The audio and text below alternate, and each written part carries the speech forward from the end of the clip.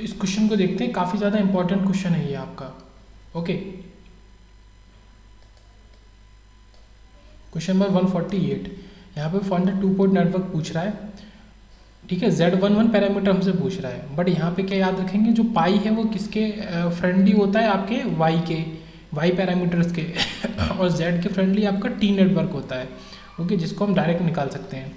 अब यहाँ पे क्या है कि रिव्यू तो चलो लिख दिया है, उसको रिव्यू कर रहे हैं। तो यहाँ पे क्या है कि आपको एक चीज़ ध्यान रखनी है कि अगर पाई से आपको वाई बनाना है तो आप अगर ऐसा करोगे तो ये आपको Y11 दे देगा, आप ऐसा करोगे तो ये आपको Y22 दे देगा, और ये वाला जो है आपका ये आपका वो भी माइनस वैल्यू के साथ में आपका ये Y12 और Y21 हो जाएगा। अब इस सबको मैं हटाता हूँ क्योंकि यहाँ पे एक चीज़ बहुत इंपॉर्टेंट है समझनी। Y क्या होता है, Y होता है एडमिटेंस, Y क्या होता है एडमिटेंस, और एडमिटेंस निकालने के लिए क्या होता है 1/Z करना पड़ता है। मतलब ये एक तरीके से क्या है इम्पिडेंस है या रेजिस्टेंस है, एक ही बात है। तो आपको इसका रेसिप्रोकल लेना पड़ेगा पहले इन वैल्यूज़ का, उसके बाद फिर आप ये तरीका लगाएंगे कि इन दोनों से आपको Y11 मिल जाएगा, इन दोनों से Y22 मिल जाएगा, और इससे आपको Y12 और ये सब मिल जाएगा।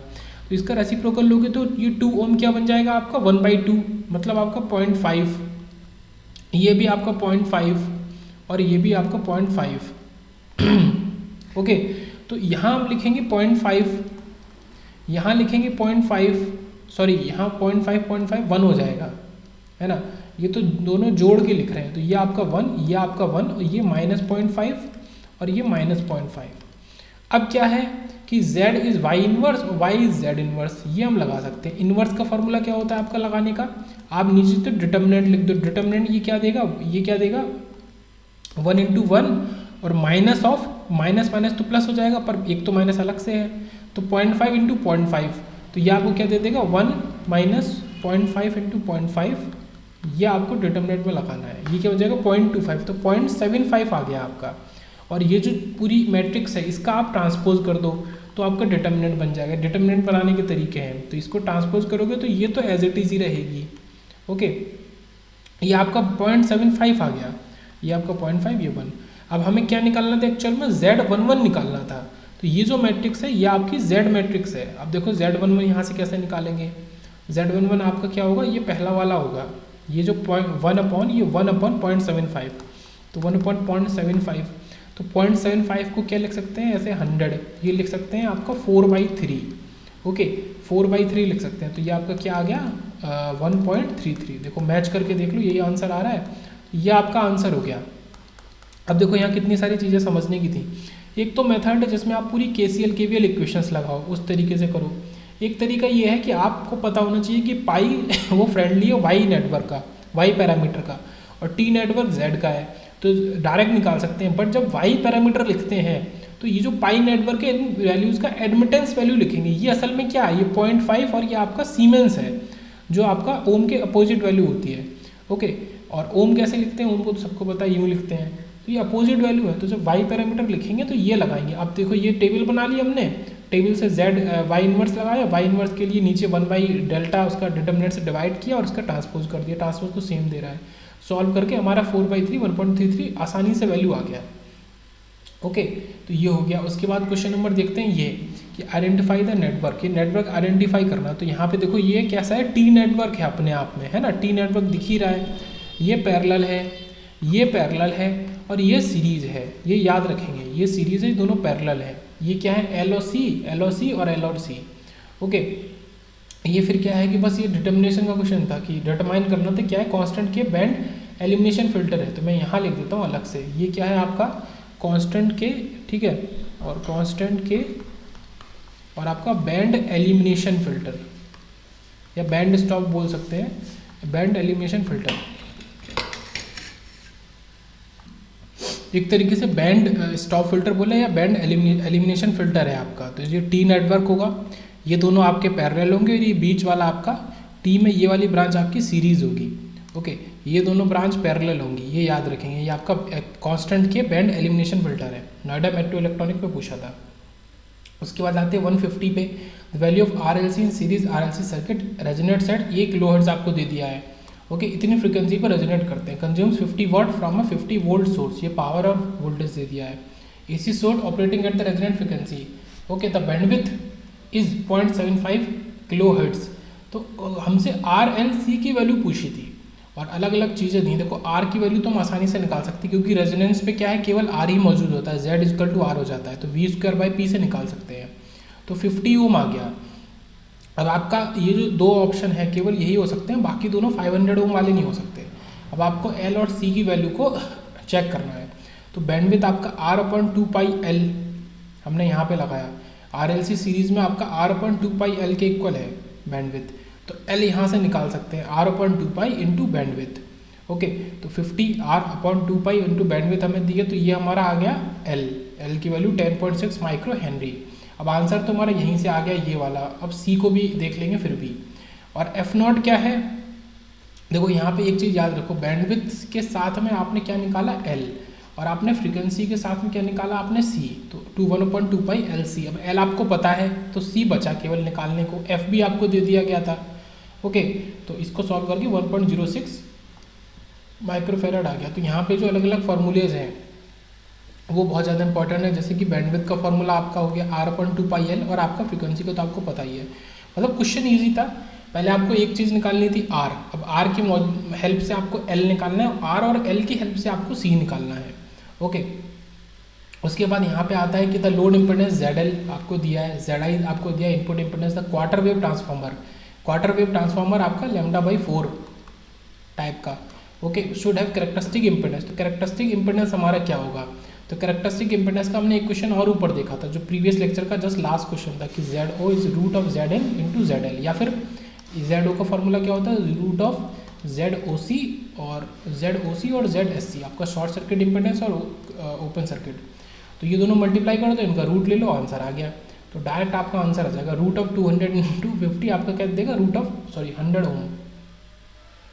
उसके बाद ये क्वेश्चन आपका है इन्फिनिटी वाला, इस क्वेश्चन को याद कर लेंगे डायरेक्ट, यूपीपीसीएल एई में पूछा था क्वेश्चन 2016 में। ओके, इसको मेरे हिसाब से तो मैं तो बोलूँगा कि इसको मगअप कर लेंगे। उससे फ़ायदा क्या है, इसमें वैल्यूज़ तो बहुत ही स्टैंडर्ड वैल्यू है, हर कुछ आर ओम का ही है, और कुछ इस तरीके से इन्फिनिटी आपका है, यहाँ से लेटर शुरू होता है ये और फिर इधर जाता है ऐसे ऐसे ऐसे से, सब कुछ आर है आपका।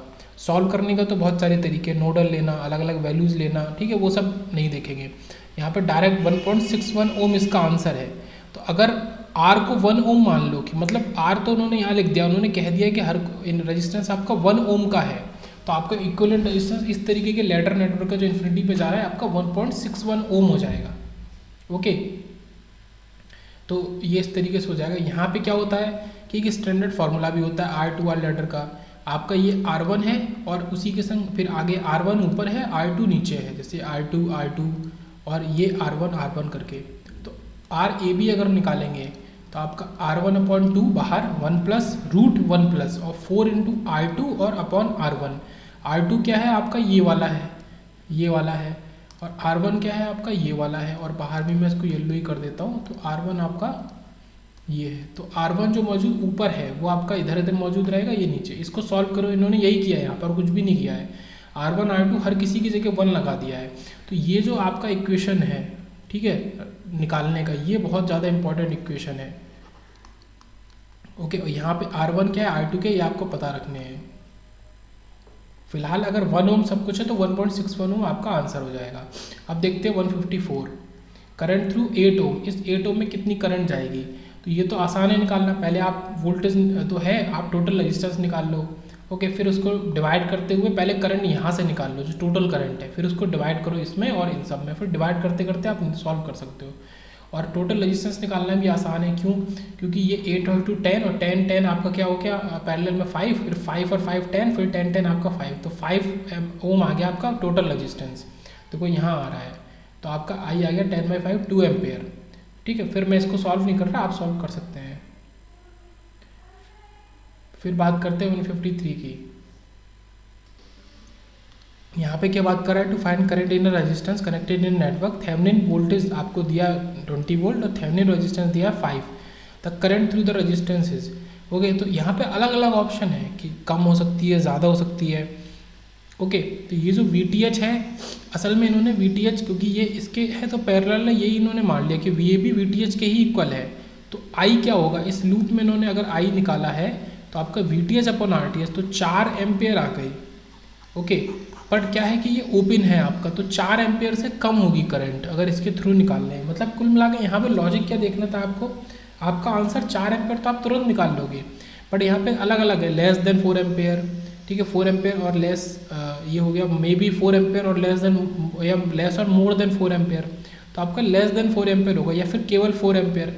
तो आपको ये याद रखना है, VTH वाले इस लूप में आपका ये 4 एम्पेयर से करंट कम होगी। ओके, 4 एम्पेयर पूरी तो नहीं होगी क्योंकि ये ओपन लूप है।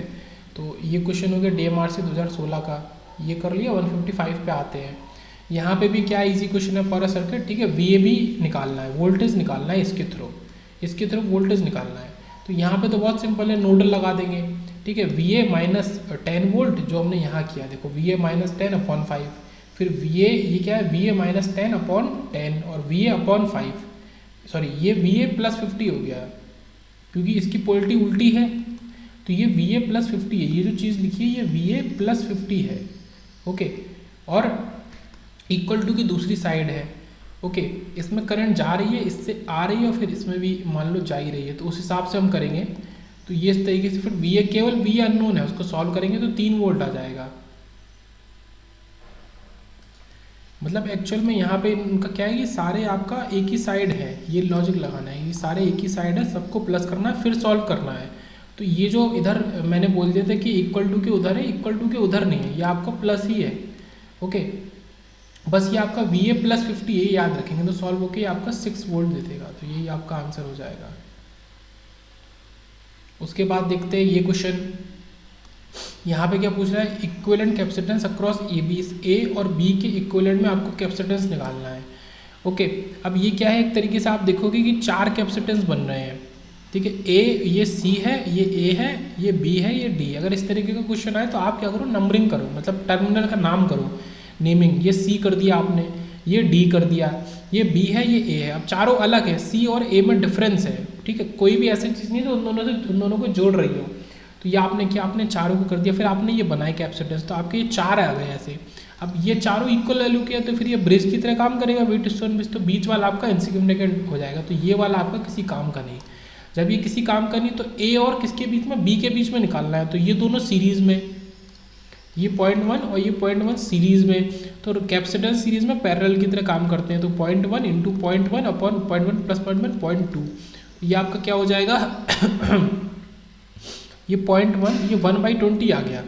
ओके, और फिर ये दोनों भी इसी तरीके से 0.1 और बाद में पैरेलल में, तो 1/20 आपका पैरेलल में, जब 1/20 आपका क्या हो गया 0.05, और पैरेलल में हमारे कैपेसिटेंस जो रेजिस्टेंस सीरीज में काम करता है वैसे काम करते हैं। तो ये 0.05 को प्लस कर दो, तो जब प्लस कर दोगे आपको पॉइंट ये वही बना देगा 0.1 माइक्रोफेरेड। तो सेम जो कैपेसिटेंस इनकी वैल्यू थी वही सेम आपका आंसर भी आ जाएगा यहाँ पे। ओके, फिर इसके बाद ये ISRO का क्वेश्चन है, इसमें भी क्या बोला है, approximate equivalent resistance at a point x1 and x2, ठीक है, x1 और x2 पॉइंट पे इन दोनों के बीच में अप्रॉक्सीमेट आपको कितना होगा। तो ये तो आसान है, ये तीनों आपके सीरीज में हो गए, कितने हो गए 60 हो गए, 60 और ये 40 के संग पैरेलल में, तो ये आपने सॉल्व कर लिया जो भी आया। ओके, ये 24 आया, 24 आपका, फिर ये इसके संग सीरीज में 10 और 10, ये कितना हो गया 44 हो गया, फिर 44 40 के संग पैरेलल में, ये देखो ये किया है, तो ये आपका सॉल्व होकर जो भी दे देगा, आखिरी में वो 10 और 10 20 के संग ये सीरीज में, तो फाइनल वैल्यू क्या है, ये 440/21 प्लस 20, और इसको आप सॉल्व कर लोगे तो ये सॉल्व होकर आपको अप्रॉक्सीमेट कितना 40 ओम दे देगा। तो ये तो इक्विवेलेंट रेजिस्टेंस निकालने का सिंपल सा क्वेश्चन था। ओके, ये इन्होंने निकाला भी है। फिर बात करते हैं इस क्वेश्चन की, ये ISRO का ये भी क्वेश्चन 2016 का।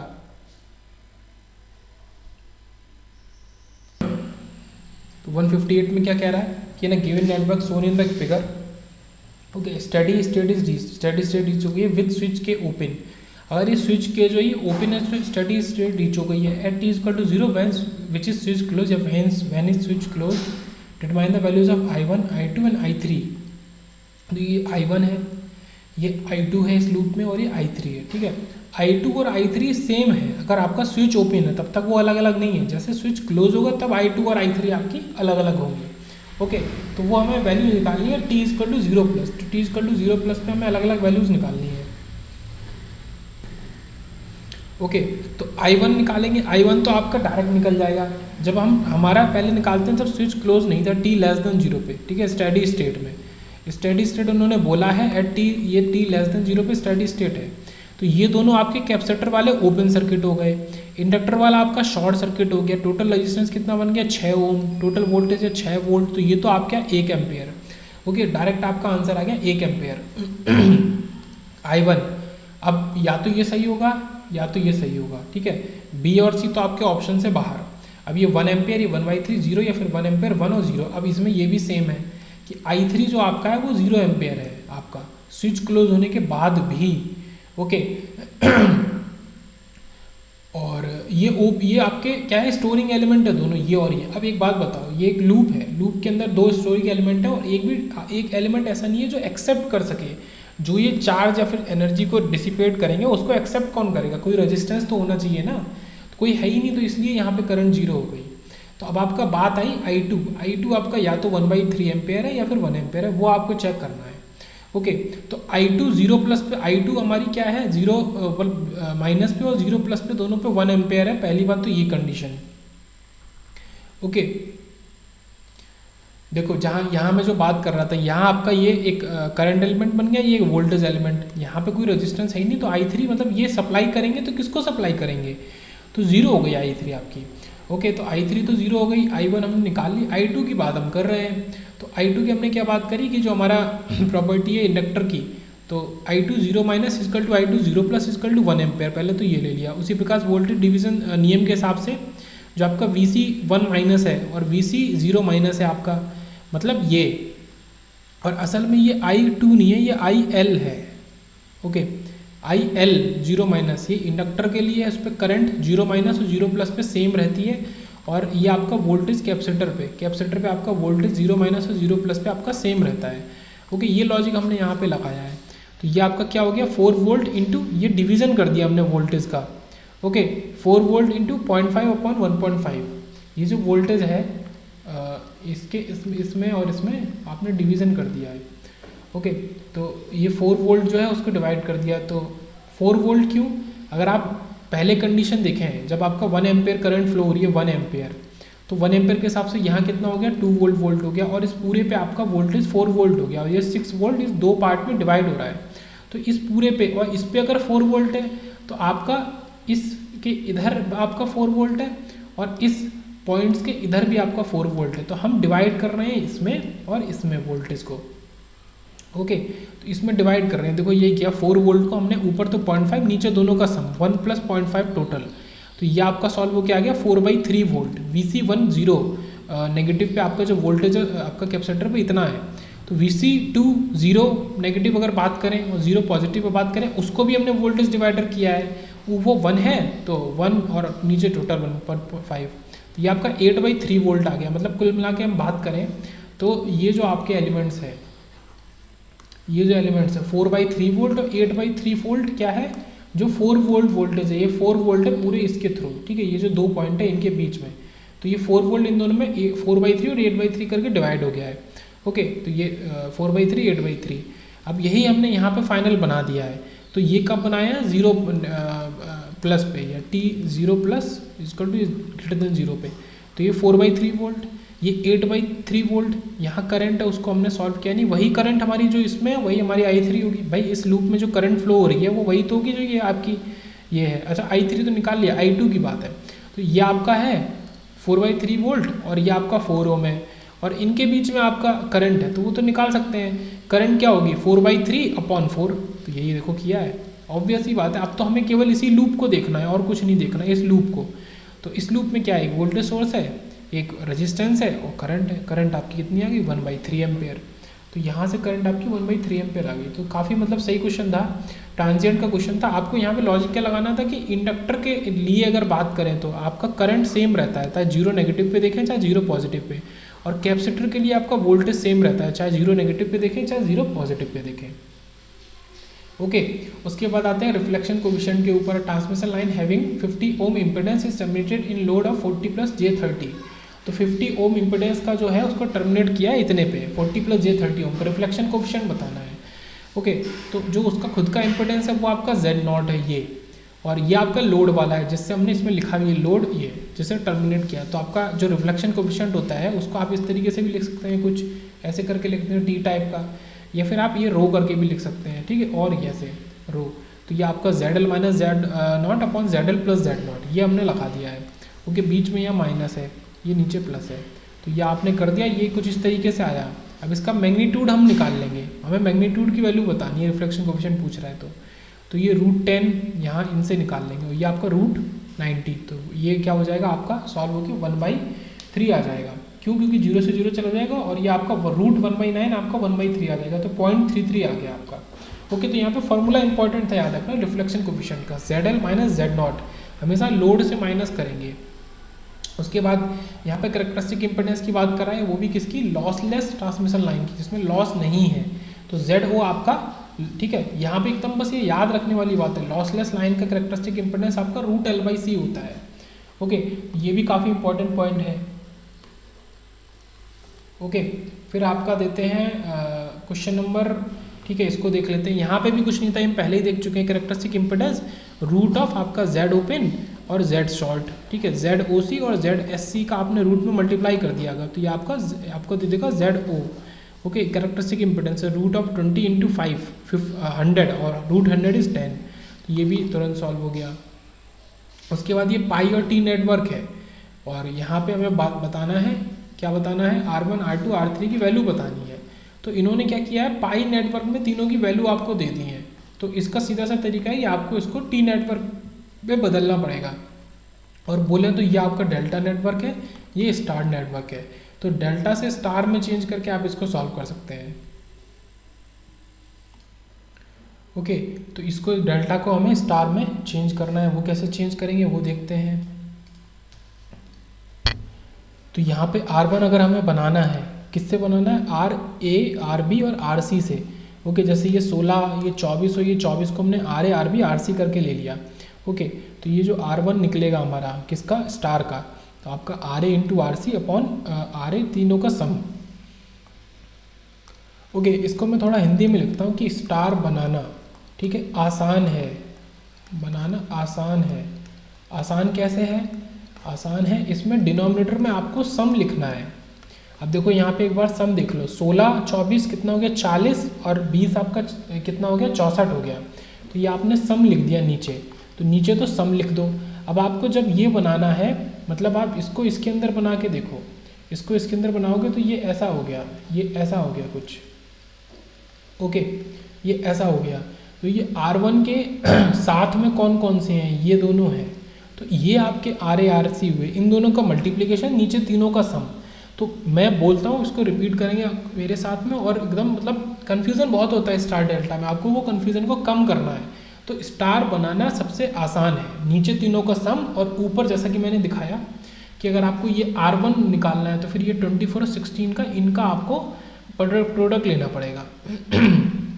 तो ले लो 24 और 16, और आपका बस, ठीक है, 16 4 जा और 4 6 जा, देखो 6 आ गया, R1 आपका 6 ओम आ गया। इसी तरीके से आप बाकी भी निकाल सकते हो, ठीक है, ये आपका यहाँ पे है, इन्होंने बकायदा किया हुआ, 24 × 16 नीचे तीनों का सम, या 16 × 24 नीचे तीनों का सम हो, ये 24 24।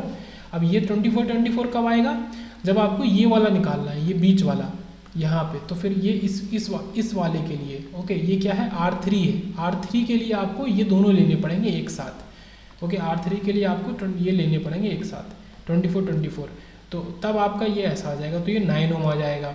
तो फिर से मैं बोलता हूँ, स्टार बनाना आसान है, मतलब कि हम जब डेल्टा से स्टार बना रहे हैं, डेल्टा टू स्टार कन्वर्जन कर रहे हैं, तो स्टार बनाना आसान है।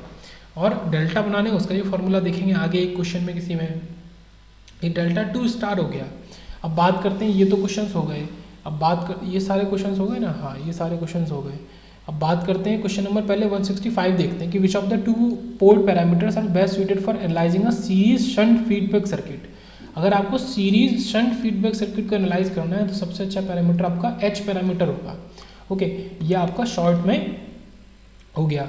यहाँ पे याद क्या करेंगे कि एच पैरामीटर जो हाइब्रिड पैरामीटर है आपका, ये कितने पैरामीटर होते हैं, ठीक है, जेड और वाई होते हैं, इम्पिडेंस और एडमिटेंस। फिर आपका ट्रांसमिशन पैरामीटर होते हैं, ABCD पैरामीटर भी बोलते हैं। फिर आपका ये हाइब्रिड हो गया, और एक इसका अपोजिट G पैरामीटर भी हो गया। ओके, ABCD का अपोजिट आपका पैरामीटर हो गया। तो ऐसे आपके 6 तो यही 2 2 4 6 हो गए, बाकी कुछ आपके अलग अलग पैरामीटर्स भी होते हैं। 2 पोर्ट के अंदर S पैरामीटर को 2 पोर्ट के अंदर हम नहीं पढ़ते। तो आपका ये सीरीज शंट फीडबैक नेटवर्क में आप H पैरामीटर को यूज़ करो। अब ये किसके फॉर्म में लिखा होता है, ये V1 और V2 को हम लिखते हैं किसके, आप I1 और आपका ये V2 ही, आई थिंक ये I2 होना चाहिए।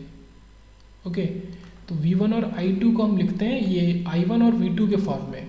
ओके, अपोजिट क्या मतलब, इधर V1 के संग ये दोनों और इधर I2 के संग ये दोनों, तो इस तरीके से लिखते हैं। इसको मैं दोबारा लिख देता हूँ,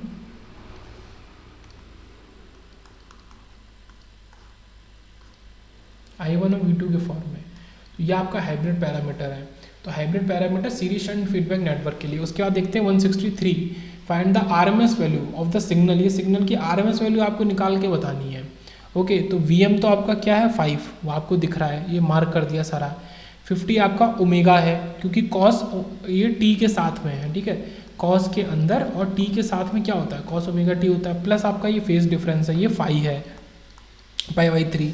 तो इस सब से हमें कोई मतलब नहीं है, तो चलो ठीक है, बता दिया कि इसका ये होगा। VRMS सीधे से VM/√2, ये फॉर्मूला सबको पता है, बहुत पहले से देखते आ रहे हैं। तो VM/√2 ये हो गया आपका। फिर आपने √2 मल्टीप्लाई कर दिया, रेशनलाइज करने के लिए सॉल्व करके आपका √12.5 आ गया। तो ये आपका आ जाएगा। Okay, VRMS। उसके बाद इस क्वेश्चन में देखते हैं, यहाँ पे बात कर रहा है Z पैरामीटर की, ठीक है। इम्पिडेंस पैरामीटर कौन से होते हैं, Z। एडमिटेंस पैरामीटर कौन से होते हैं, Y। तो Z पैरामीटर का दोस्त कौन है, T। Y पैरामीटर का दोस्त कौन है, पाई। तो ये T है, तो आप डायरेक्ट देखो मैंने बनाया है, एक तो यही हो जाएगा आपका, जो ये और ये होता है वो तो R हो जाएगा, और आपका जो ये Z11 हो गया और ये आपका Z22 हो गया, तो ये R और R ये हो गया। तो यहाँ पे केवल R R R R, तो यही आंसर होगा। ओके, ISRO 2008 का क्वेश्चन है ये। उसके बाद बात करते हैं क्वेश्चन नंबर 166 की। अब इसमें क्या कह रहा है कि the circuit shown in the figure is an infinite ladder. ये इन्फिनाइट लैडर है of the identical repeating sections R1 R2 R3। ठीक है, R1 ये R2 है और ये R3 है, और ये रिपीटेड हो रहे हैं, ठीक है, इन्फिनाइट है, यहाँ तक रिपीट हो रहे हैं, ठीक है। Let R be the net resistance as seen from AB, और AB से अगर देखें तो नेट रेजिस्टेंस भी हमें दे दिया है R। तो हमसे पूछिए कि R1 R2 मतलब इनकी वैल्यू पूछी है। ओके, या रिलेशन पूछा है, तो जैसे R is independent of R3 ये पूछा है, एक तो ऑप्शन दिया है। फिर given R it is uniquely determines the value of R1 R2 R3, तीनों की अलग वैल्यू है, ये एक ऑप्शन है। R increases as R3 increases, अगर R3 बढ़ता है तो R बढ़ेगा, ये एक ऑप्शन है। और R depends on only the sum of R1 plus R2 and not upon their individual value, मतलब R R1 और R2 के केवल सम पे डिपेंड करता है। तो इसको सॉल्व करने के लिए हमने क्या किया, पहले इतने का निकाला। ओके, तो ये क्या बना, R1 प्लस R3 और R आपका फिर से पैरेलल में है। ओके, और R2 उनके संग ये मल्टीप्लाई हो रहा है। ओके, इसमें समझने वाली क्या बात है कि ये जो शुरू के 3 है, तो हम इसके बाद क्या कह सकते हैं, इसके बाद हर चीज़ रिपीट हो रही है, तो इसके बाद जो पूरा सा होगा एक्चुअल में वो फिर से R के ही तो इक्वल होगा, है ना। तो ये R और ये R3 पैरेलल है, उसके बाद ये दोनों सीरीज में है, तो कुल मिला के ये प्लस है। तो R1 प्लस R2 और प्लस आपका R3 और R पैरेलल में, और वो R के ही इक्वल है। ओके, ये करेक्ट इक्वेशन है यहाँ पे। तो ये क्या बात कर रहे हैं कि ये जो तीनों हैं, इसके बाद अगर देखो तो ये 3 रिपीट हुए, फिर ये 3 रिपीट होंगे, ठीक है, फिर ये 3 रिपीट होंगे, फिर ये 3 रिपीट होंगे, मतलब ये जो इसके बाद का पूरा चीज़ है ये क्या है, असल में ये R ही तो है। इसको इक्विवेलेंट तौर पे क्या कह सकते हैं, इसको R कह सकते हैं, ऑब्वियस सी बात है ये R है। तो ये R इस R3 के संग पैरेलल में है, जो तो आपको समझ में आना चाहिए, और R1 R2 सीरीज में है। तो उस तरीके से सॉल्व किया। तो यहाँ पे अगर आप गौर करें तो R1 R2 ये दोनों प्लस में है, तो R किसके इक्वल है, R1 plus R2 plus R3R अपन R3 प्लस R। तो R को अगर एक तरफ लेंगे और सबको उधर ले जाएंगे तो आपको हमेशा दिखेगा कि जो टर्म्स आ रहे हैं उसमें R1 प्लस R2 एक साथ है, फिर से एक साथ है, और फिर से एक साथ है। तो R1 और R2 की इंडिविजुअल वैल्यू पे फर्क नहीं पड़ रहा। तो ये पूरा फार्मूला याद करने की जरूरत नहीं है, बस इस क्वेश्चन में याद करेंगे। अगर तीनों अलग अलग इस तरीके से हैं कि R1 और R2 आपके फार्मूले में आएगा, तो R depends only on the sum R1 plus R2 and not upon their individual values, और उनकी इंडिविजुअल वैल्यूज पे डिपेंड नहीं करेगा। ओके, फिर यहाँ पे बात करते हैं क्वेश्चन नंबर 167 में। यहाँ पे क्या कह रहा है, कैपेसिटिव डिवाइडर नेटवर्क है an input output voltage ratio under no load is 1:0.2। ठीक है, इनपुट आउटपुट का वोल्टेज रेशियो बिना लोड के क्या है 1:0.2। उसको फर्दर सॉल्व करेंगे तो वो 5:1 दे देगा। ओके, अब यहाँ पे पूछ रहा है if the input and output terminals are interchange, अगर इनपुट आउटपुट टर्मिनल्स को बदल दिया है तो new output voltage when compare to the new input voltage under no load is, तो न्यू आउटपुट वोल्टेज की बात करेंगे तो वो उल्टा हो जाएगा। ओके, अब ये 5:1 है, 1 क्या है बाद वाला, ठीक है, ये V1:V2 है, इस तरीके से बोलेंगे, या नहीं V2:V1 है, सॉरी ये यहाँ पे दिया ही है, इसी को ऑरेंज से देखो ये मार्क किया है इनपुट और आउटपुट का, तो ये V1:V2 है आपका शुरू में 5:1। ओके, तो इसमें हम क्या कह सकते हैं, V2 को इधर भेजेंगे कि V2 आपका V1 के 5 टाइम्स कम है। अब यहाँ पे समझने वाली बात है, जैसे आपने इंटरचेंज किए टर्मिनल्स को तो ये रेशियो उल्टा हो गया, अब ये रेशियो 1:5 आ गया। किसका रेशियो आ गया, देखो यहाँ समझो 1:5 आ गया आपका V1/V2 का ही, बट यहाँ पे क्या बोल सकते हैं कि जो V2 को इधर भेजेंगे कि V2 5 टाइम्स है V1 का। तो जैसे हमने इंटरचेंज की पोलरिटी वहाँ से उल्टा हो गया रिलेशन, पहले 1/5 था पहले, अब कितना हो जाएगा, अब ये 5 टाइम हो जाएगा। ओके, फिर आगे चलते हैं, इस क्वेश्चन में देखते हैं। तो 168 के अंदर हम क्या देख रहे हैं कि the H21 parameter of the two port network हमसे पूछा है इज, ओके, हाइब्रिड पैरामीटर वो भी 2:1 वाला। H2 में 2 का क्या मतलब है I2, 1 का मतलब है I1, तो हाइब्रिड पैरामीटर में ये हमने I2 और I1 के रेस्पेक्ट में निकाला है और V2 को हमने 0 कर दिया, तो ये हमारे हाइब्रिड पैरामीटर है। ओके, तो I2/I1 हमें निकालना है और V2 को 0, V2 मतलब ये आपका वोल्टेज 0 कर देना है। ओके, तो उसके लिए हमने क्या किया है, यहाँ पे KVL का इस्तेमाल किया है, इस लूप में KVL लगाया है, तो 10I1 - I2, देखिए ये आपका I1 आ रहा है और ये आपका I2 आ रहा है यहाँ से, क्योंकि यहाँ का वोल्टेज हमने 0 कर दिया है तो इस पर कोई करंट नहीं जाएगी, तो ये I2 सीधे आगे चली जाएगी। तो इस वाले उसमें देखेंगे तो ये जो आपकी करंट होगी ये वाली, ये आपकी I1 - I2 होगी और प्लस 20I2, और प्लस 20I2 हमने कहाँ से ली है, वो हमने यहाँ से 20I2 लिए इसके संग ये। ओके, तो ये 10 ओम और 20 लगाया, तो यहाँ से क्या आया आपका I1 = -I2 आ गई, I1 - I2 के इक्वल आ गई यहीं से सॉल्व करते हुए, मतलब इस वाले इसका कोई सिग्निफिकेंस नहीं है इसका। ओके, इसका कोई सिग्निफिकेंस नहीं रहा, तो ये आपका दे देगा -1, तो डायरेक्ट हमारा आंसर आ गया -1। तो I2 I1 के -1 के इक्वल है, I1 = -I2 कुछ इस तरीके से, तो ये आपका डायरेक्ट आंसर दे देगा -1। तो यहाँ पे बात कर रहे हैं Nyquist criteria, the roots of characteristic equation are given by, तो नाइक्विस्ट क्राइटेरिया में roots of the characteristic equation कैसे देते हैं। ओके, कैरेक्टरिस्टिक इक्वेशन हमारी क्या होती है, जो हमारी नीचे वाली होती है, तो उसके रूट्स क्या होंगे, रूट्स असल में क्या होंगे, नीचे क्या होता है पोल्स, तो पोल्स होंगे, तो आपका ये जीरोज वाला तो ऑप्शन गलत हो गया।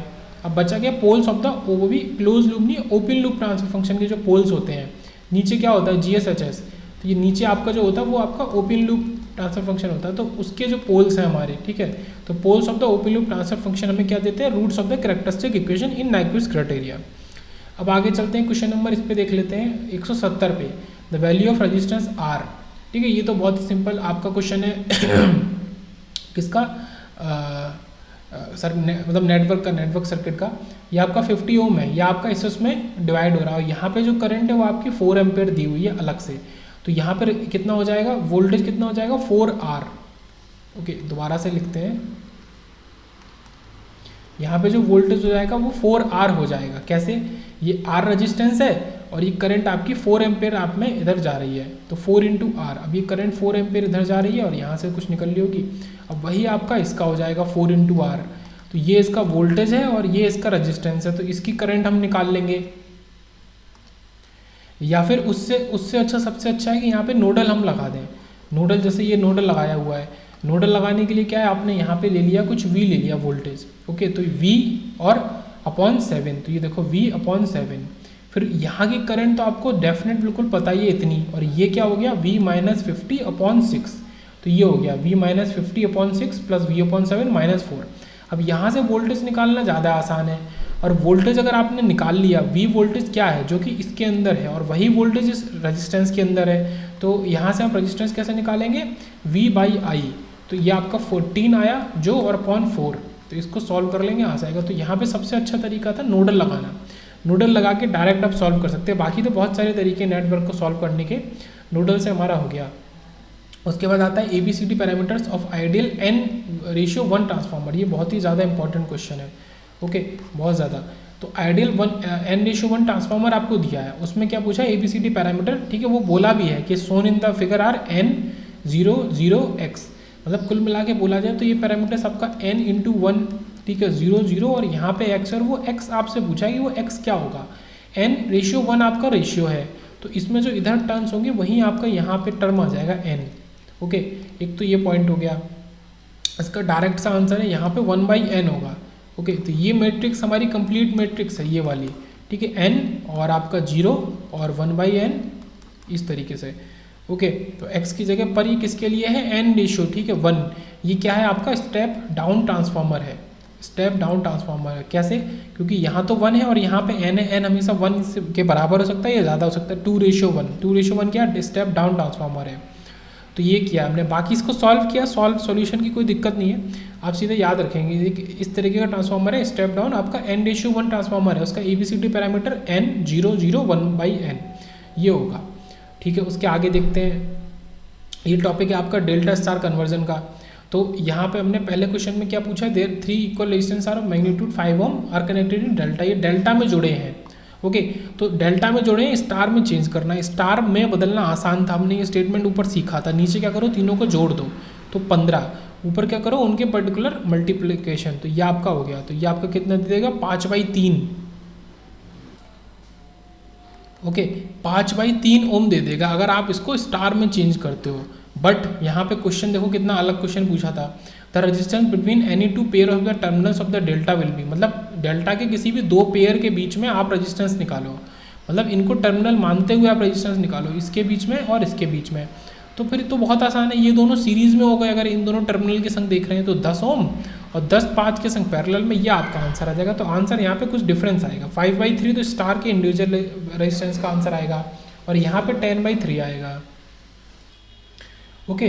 नेक्स्ट देखेंगे, ये वाला तो हो गया आपका, डायरेक्ट आंसर आ गया। यहाँ पे क्या है कि 3 इक्वल रेजिस्टेंसेज और 5 ohm are connected in delta, इसी की तरीके से जो ऊपर क्वेश्चन है, what is the resistance in the one of the arms of the equivalent star circuit.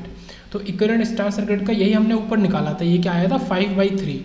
इस 5/3 को हमें इस तरीके से लिखना है, तो ये 5/3 क्या हो जाएगा आपका, 3 1 जा 3 और 2 बचेगा तो 3 6 जा 18 और इस तरीके से, तो ये सेम आंसर आ गया। तो ये 172 और 173 लगभग एक ही जैसे क्वेश्चन हो गए, बस उसमें पूछी अलग अलग चीज़ें थी। उसके बाद 174 पे आते कि in case of delta connected circuit when one register is open the power will be, अगर डेल्टा कनेक्टेड सर्किट में, जैसे ये डेल्टा कनेक्टेड सर्किट है, इसमें एक रजिस्टर को ओपन कर दिया तो आपकी पावर क्या हो जाएगी, आपको ये बताना है, ओके। इस तरीके से कर दिया तो पावर हमारी क्या हो जाएगी, तो पावर रिड्यूस बाई 1/3 हमारी कम हो जाएगी और 1/3 से कम हो जाएगी। तो ये सीधे से याद रखने वाली बात है कि डेल्टा में अगर हमने एक उसको ओपन कर दिया, ये डेल्टा है, एक को ओपन कर दिया तो पावर हमारी रिड्यूस हो जाएगी 1/3 से। उसके बाद ये क्वेश्चन आता है नेक्स्ट की द Y21 पैरामीटर, इसमें Y21 पैरामीटर की बात कर रहा है, ओके, ऑफ द, ठीक है। Y का फेरेंट क्या होता है आपका पाई, तो पाई तो यहाँ पे है नहीं, ये कुछ आपका T की तरह है और ये कुछ आपका पाई की तरह भी कह सकते हैं ये, बट ये अलग अलग इसमें कंबाइंड है, ठीक है। ISRO का क्वेश्चन है, तो यहाँ पे Y21 पैरामीटर नेटवर्क का हमें निकालना है या बताना है। इसको निकालने का डायरेक्ट एक ही तरीका है, ठीक है, और कोई तरीका नहीं है, काफ़ी लेंदी है, इसको तो खैर नहीं कर रहे, बट इसको निकालने का एक तरीका है, या तो आप इसको चेंज कर लो, लेकिन फिर भी 4 तो रेजिस्टेंस रहेंगे ही रहेंगे, 3 रेजिस्टेंस तो कभी नहीं होंगे। आप ये जो आपका T है इसको आप पाई में चेंज कर लो, ये जो 2 2 2 है, ठीक है, ये आपका क्या है स्टार, इसको डेल्टा में चेंज कर लो। उसके बाद क्या होगा, फिर भी नंबर ऑफ रेजिस्टेंस आपके कम नहीं होंगे, बट अगर देखो तो इसको चेंज करोगे तो एक रेजिस्टेंस यहाँ आएगा, एक रेजिस्टेंस यहाँ आएगा और एक रेजिस्टेंस यहाँ आएगा, ये तीनों चले जाएंगे, तो फिर ये और ये दोनों रेजिस्टेंस आपके पैरेलल में हो जाएंगे, ये 3 ओम और जो भी ये आएगा उसको आप सॉल्व कर लो, और उसके बाद फिर आप देखो कि यहाँ पे क्या बन रहा है, शायद पाई बन जाएगा, फिर आप सॉल्व कर सकते हो। सेकंड तरीका क्या है आपका, आप इसको पूरा सॉल्व करो, ठीक है। ये अलग अलग लूप हमने बना दिए, ये लूप 2 बना दिया, ये 1 बना दिया, ये 3 बना दिया, फिर इनको सॉल्व, ठीक है। और y21 की अगर बात करें तो y21 में 2 का मतलब है I2 और 1 का मतलब है V1 और V2 को जीरो करते हुए, ठीक है। यहाँ से जो ये है ये आपका जीरो करते हुए जो वोल्टेज है तो वो करते हुए सॉल्व करेंगे तब आपका ये पूरा सॉल्यूशन से निकलेगा। तो इसको यहाँ पे सॉल्यूशन को डिस्कस नहीं कर रहे। उसके बाद क्वेश्चन नंबर आते हैं इसमें, फॉर द डेल्टा वाइन, इसको वाइन भी बोलते हैं और वाई मतलब आपका बोलते हैं या फिर स्टार बोलते हैं या फिर आपका टी बोलते हैं, बहुत सारे नाम है इसके, ओके। तो डेल्टा वाइन ट्रांसफॉर्मेशन में the value of resistance R, अगर एक डेल्टा को एक स्टार में चेंज करेंगे, ठीक है, स्टार में चेंज करेंगे तो ये हमने देखा था नीचे सम कर लो, नीचे आ गया सम, ऊपर कर लो प्रोडक्ट, तो 1 into 1, तो ये सारे के सारे 1/3 हो जाएंगे सारे के सारे, ओके। 176 आ गया, ये तीनों के तीनों 1/3 होगा, ये आपका आंसर आ गया। तो ये तो आसानी से आ सकता है। उसके बाद 177 पे आते हैं, current I through the 1 ohm register in the circuit. तो इस 1 ohm रजिस्टर से हमारी करंट कितनी होगी वो हमको बतानी है, ओके। तो इसमें क्या करेंगे, सोर्स ट्रांसफॉर्मेशन कर लेंगे। अब आपको दिख रहा है कि ये करंट सोर्स और ये पैरेलल में है रेजिस्टेंस, ऐसे ही ये करंट सोर्स और ये रेजिस्टेंस आपका पैरेलल में है, तो इनको ट्रांसफॉर्म कर लेंगे। इनको ट्रांसफॉर्म करके फिर देखेंगे कि हमारा सही क्या हो रहा है,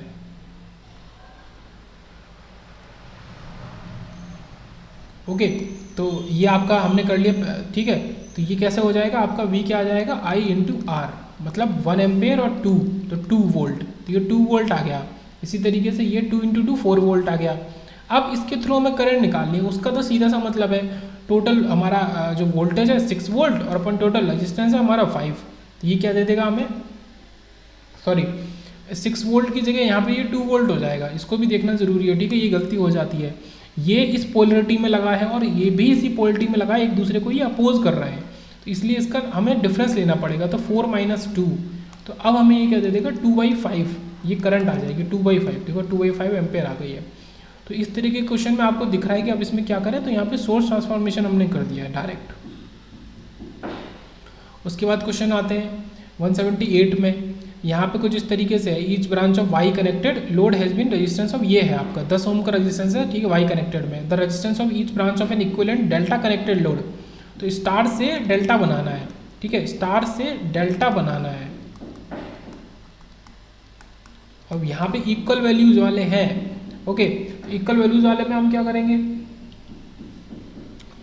यहाँ पे delta equal to 3y relation लगा देंगे कि जो डेल्टा होता है वो y का हमारे 3 गुना होता है। अगर तीनों इक्वल वैल्यूज़ के हैं तो ये 10 ओम है, तो डेल्टा जो बनेगा उस डेल्टा के अंदर क्या होगा, तीनों हमारे ये तीनों 30 ओम के हो जाएंगे, तीनों 30 30 30, यहाँ पर तो 30 आ गया, ठीक है। यहाँ डायरेक्ट आंसर कर दिया, रिलेशन लगाया है कि डेल्टा इज 3y या फिर डेल्टा इज आपका 3 और y बोलो स्टार बोलो जो भी, तो 3 टाइम स्टार क्या होगा डेल्टा आपका, ओके। फिर यहाँ पे आता है 181 क्वेश्चन नंबर कि the shunt connection in band pass filter is, band pass filter में शंट कनेक्शन आपका क्या होता है, तो ये बैंड पास फिल्टर की बात कर रहा है। तो यहाँ पे L और C का आपका पैरेलल कनेक्शन होता है, ठीक है, ये दोनों पैरेलल में कनेक्शन होंगे, तो parallel connection between L and C। अब क्या है, क्योंकि ये शंट लिख दिया है, शंट का मतलब भी पैरेलल होता है, तो इसमें पैरेलल आना तो जरूरी था, तो ये आपका सीरीज वाला तो होगा नहीं, और कैपेसिटिव इंडक्टिव एक इंडिविजुअल भी नहीं होंगे, दोनों का कॉम्बिनेशन होगा, ओके। उसके बाद आते हैं 182 पे, according to star connected system the line voltage in a three phase circuit is, ठीक है। ये क्वेश्चन वैसे तो LMRC में पूछा है, ओके, बट इलेक्ट्रिकल का क्वेश्चन है, तो इन्होंने पूछा कि स्टार कनेक्टेड सिस्टम के अंदर आपका वोल्टेज इन 3-फेज सर्किट क्या होगा, तो वोल्टेज आपका लोड के अंदर √3 टाइम्स ऑफ आपका फेज वोल्टेज के होगा, और √3 कितना होता है 1.732। अब ये तो स्टार की बात कर दी गई है कि यहाँ पे वोल्टेज लोड का √3 टाइम है, और डेल्टा कनेक्टेड सिस्टम के अंदर इसका अपोजिट होता है, वहाँ पे आपकी लोड करंट आपकी √3 टाइम होती है फेज करंट के, ओके। तो डेल्टा में ये चीज़ अप्लाई होती है करंट पे, और स्टार में ये चीज़ अप्लाई होती है लोड पे। ये आपको 1.732 टाइम्स फेज वोल्टेज आ गया। उसके बाद क्वेश्चन नंबर देखते हैं, पहले देख लेते हैं, पहले ये देख लेते हैं आपका जो बचा है 179, 3 equal impedances R + jX connected in delta, delta में 3 इक्वल इम्पिडेंसेज हमने ये जोड़े हुए हैं कि R + jX एक जैसे, carry a balance line current, ये आई एल करंट को कैरी कर रहे हैं। The total active and reactive power drawn by the load by these R, तो टोटल एक्टिव पावर और टोटल रिएक्टिव पावर बतानी है। तो Z जो होगा फेज़ का इम्पिडेंस, इसमें अगर देखें तो आपका root R square plus X square होगा, जो इससे निकलेगा, ये रियल पार्ट इमेजनरी पार्ट। और यहाँ पे आई एल जो है वो आई पी एच के इक्वल है आपके। ओके, तो अब इसमें आई फेज क्या हो गया आपका, phase current V P H upon Z P H. Okay, I phase की बात करेंगे तो V P H upon Z P H के इक्वल होगा, मतलब वोल्टेज अपॉन इम्पिडेंस टोटल है। तो वी पी एच तो वी पी एच रहने दो, जेड पी एच को इससे चेंज कर दो। तो इसी को हम क्या करेंगे, स्क्वायर कर देंगे। तो आई स्क्वायर एल लोड की अगर बात करें तो इधर भी स्क्वायर कर दो, तो ये रूट आपका चला जाएगा और ये वी स्क्वायर पी एच हो जाएगा। तो यहीं पे अगर बात करें I square L into R square, और ये हमारा दूसरा क्या होगा, ये एक्स वाला। तो यही दोनों आपकी क्या हो गई, पावर की जो उन्होंने पूछी है वो पावर आ गए। ये आपका आ गया एक रिएक्टिव पावर, एक आपका टोटल एक्टिव पावर। तो आई स्क्वायर आर एल आर और फिर आई स्क्वायर एल एक्स। तो उसी आई एल में, जो ये आई एल है, इसी में आप पहले तो स्क्वायर कर दो और उसी में एक बार आर मल्टीप्लाई कर दो, एक बार एक्स मल्टीप्लाई कर दो, ऐसे। ये आपका आंसर हो जाएगा यहाँ पे। उसके बाद चलते हैं आगे क्वेश्चन नंबर 180 में कि delta connected network and its equivalent, ठीक है, ये हमें दिए हुए हैं 2 2 2, ठीक है, हमें स्टार बनाना है। तो स्टार हमारा क्या होता है, डेल्टा इज आपका 3 टाइम और वाई मतलब स्टार, ठीक है। ये रिलेशन बहुत इंपॉर्टेंट है, याद रखेंगे। ये कब है, जब सारे के सारे वैल्यू इक्वल है। तो यहाँ पे हम स्टार कब कर सकते हैं कि स्टार इज डेल्टा बाई 3। तो ये जो 2 ओम है इसको 3 से डिवाइड कर दो तीनों को। तो ये जो ये है, ये 2/3 2/3 2/3 मतलब 0.67 0.67 0.67 आपका आ जाएगा। ओके, सॉल्व करने की ज़रूरत नहीं है। उसके बाद इस क्वेश्चन में देखते हैं कि as seen in the figure delta A B C, ये डेल्टा है ए बी सी, 6 6 6 है, स्टार बनाना है। तो इसका 3 से डिवाइड कर दो तीनों वैल्यूज़ को, ये आपका बन जाएगा। मतलब हमेशा याद रखेंगे कि डेल्टा की वैल्यू 3 गुना होती है स्टार की वैल्यू 1/3 टाइम होती है डेल्टा के ईच इंडिविजुअल रेजिस्टेंसेज के। कब, जब सारी वैल्यू सेम है तब। ओके, उसके बाद एक क्वेश्चन ये आता है कि which type of attenuators provide a fix amount of attenuation. तो कौन से अटेन्यूएटर एक फिक्स अमाउंट ऑफ अटेन्यूएशन हमें प्रोवाइड करते हैं, by allowing the user to vary attenuation in step. और जो हमें ये भी अलाउ करते हैं कि हम वेरी कर सकते हैं, यूज़र को अलाउ करते हैं कि आप अटेन्यूएशन को वेरी कर सकते हैं स्टेप्स के अंदर अलग अलग। तो यहाँ पे बात करें तो आपका लैडर अटेन्यूएटर की बात हो गई कि जो आपका लैडर अटेन्यूएटर है वो आपको fix amount of attenuation provide करता है, और ये भी अलाउ करता है कि आप वेरी कर सके अटेन्यूएशन को, ठीक है। तो यहाँ पे अलग अलग तरीके के अटेन्यूएटर की बात हुई है। तो पैड आपका नहीं, ब्रिज्ड टी अटेन्यूएटर नहीं, असिमेट्रिकल अटेन्यूएटर नहीं, और आपका लैडर अटेन्यूएटर हो गया। उसके बाद बात करते हैं ये अटेन्यूएशन एंड अटेन्यूएटर नेटवर्क्स हैं। ये 3 क्वेश्चन थे, 4 क्वेश्चन है। एक तो मैंने ऊपर देख लिया कि कौन सा अटेन्यूएटर आपको फिक्स प्रोवाइड करता है अटेन्यूएशन, और वेरी भी कर सकते हैं लैडर के अंदर। बाकी क्या कह रहा है कि द फ्रिक्वेंसी, ये वाला 184 वाला, the frequency of infinite attenuation, ठीक है, F infinite of a low pass M derived section is. तो फ्रिक्वेंसी किसकी, लो पास की है, लो पास और एम डिराइव्ड सेक्शन की अगर बात करें, और आपसे फ्रिक्वेंसी पूछ रहा है कि फ्रिक्वेंसी ऑफ इन्फिनाइट अटेन्यूएशन क्या होगी। तो क्या होगी, is close to but greater than F C of the filter, ठीक है। ये जो एफ सी है इसके करीब करीब होगी ये एफ इन्फिनाइट, ठीक है, बट इसके क्लोज भी कह सकते हैं कि लगभग है इसके इक्वल है, और इससे थोड़ी ज़्यादा ही होगी। थोड़ी ज़्यादा के लिए केवल एक एरो लगा देते हैं, तो ये हो गया आपका, ठीक है। एफ इन्फिनाइट किसके अंदर, ये इंपॉर्टेंट है, एल पी लो पास आपका एम डिराइव्ड फिल्टर के लिए। उसके बाद आता है कि bridged T network can be use as, एक ब्रिज्ड टी नेटवर्क को हम एज अटेन्यूएटर यूज़ कर सकते हैं। अब यही आपके ऊपर ऑप्शन में भी था, ठीक है, ये ऑप्शन बी में था ब्रिज्ड टी नेटवर्क। तो ये अटेन्यूएटर की तरह भी आपका यूज़ होता है ब्रिज्ड टी नेटवर्क। बाकी आपका कोई भी फिल्टर अटेन्यूएटर की तरह यूज़ नहीं होता, जैसे लो पास, बैंड पास, हाई पास। फिर क्या आता है कि dash is an electronic device which reduces the amplitude of power. ये तो सबको पता है भाई, इसका क्या आंसर होना चाहिए, of the signal without appreciably distorting its wave form. मतलब वेव फॉर्म में उतना चेंज नहीं करेगी, आपकी पावर को कम कर देगी, उसके एम्पलीट्यूड को। तो ऐसा केवल अटेन्यूएटर करता है। ओके, तो ये अटेन्यूएटर वाला क्वेश्चन हुआ। फिर 188 पे आते हैं, ये each branch of star connection है। यहाँ पे स्टार कनेक्शन की ईच ब्रांच 3 है, तो उसकी कितनी हो जाएगी, डेल्टा की आपकी 3 गुना हो जाएगी। डेल्टा इज 3 टाइम्स स्टार, ठीक है, ये रिलेशन था आपका, डेल्टा इज 3 टाइम्स स्टार। ये 3 3 3 की जगह 9 9 9 हो जाएगी। और डेल्टा को बनाने का तरीका, ठीक है, डेल्टा को बनाने का तरीका भी, डेल्टा बनाना थोड़ा मुश्किल है। कैसे? ओके, स्टार बनाना आसान क्यों बोला था? आपको क्या करना है, ऊपर प्रोडक्ट लिखना है 2 का और नीचे तीनों का सम कर देना है, बस आसान। नीचे डिनोमिनेटर में सम है, ओके, ऊपर 2 का प्रोडक्ट, वो आप समझ जाएंगे किसका किसका। अगर आपको जैसे ये 3 ओम बनाना है, ये कहाँ निकल रहा है, यहाँ निकल रहा है, तो इसका और इसका प्रोडक्ट कर दो तो, और तीनों के सम से डिवाइड कर दो तो आपका ये डेल्टा स्टार आ जाएगा, ये वाला। ओके, अब आपको डेल्टा बनाने, डेल्टा बनाने में क्या लगता है, थोड़ा मुश्किल है, मुश्किल मतलब थोड़ा लेंदी है। आपको ऊपर तीनों पॉसिबल प्रोडक्ट्स को लिखना पड़ेगा। आपको कोई भी सॉल्व करना हो, डेल्टा का जो न्यूमरेटर है वो सेम है, जैसे ये R A R B, R B R C, R C R A, यहाँ पे भी यही और यहाँ पे भी यही। और नीचे क्या करना है, नीचे आपको समझना पड़ेगा, नीचे आपको क्या करना है। मान लो मैं इसको बना रहा हूँ, इसको बना रहा हूँ, ये कहाँ बनेगा, ये इधर बनेगा, ओके। तो ये दोनों तो इसके एडजेसेंट हो गए, इसके अपोजिट में जो रेजिस्टेंस है उससे आप डिवाइड कर दो। अगर आप R1 बना रहे हो तो इसके अपोजिट में ये RB है, इससे डिवाइड करो। सिमिलरली अगर आप R2 बना रहे हो तो इसके अपोजिट में ये RC है, इससे डिवाइड करो। देखो RC से डिवाइड किया है, और इसमें इससे डिवाइड करो RA से। तो कुल मिला के बात करें तो अगर न्यूमरेटर के बारे में बात करें तो आपका न्यूमरेटर आसान है स्टार बनाने में, मतलब स्टार में, और आपका डेल्टा बनाने में न्यूमरेटर थोड़ा सा बड़ा हो गया, और आपका डिनोमिनेटर इजी है। डेल्टा में सीधे से डिवाइड कर दो केवल एक रेजिस्टेंस वैल्यू से, और स्टार में क्या है कि आपको नीचे केवल सम लिख देना है तीनों का। तो स्टार बनाना मेरे हिसाब से ज़्यादा आसान है, कि आपको कुछ दिमाग में नहीं सोचना, सबसे पहले तो तीनों का सम लिखना है। जो डेल्टा है उसके तीनों रेजिस्टेंसेस का आपको सम की वैल्यू लिखनी है, ओके। उसके बाद ऊपर तो आप फिर देख लो कि ऊपर प्रोडक्ट लिखना है 2 चीज़ का। उसके बाद ही क्वेश्चन आ रहे हैं फिल्टर्स के कुछ, ओके, इनको देखेंगे लास्ट वीडियो में।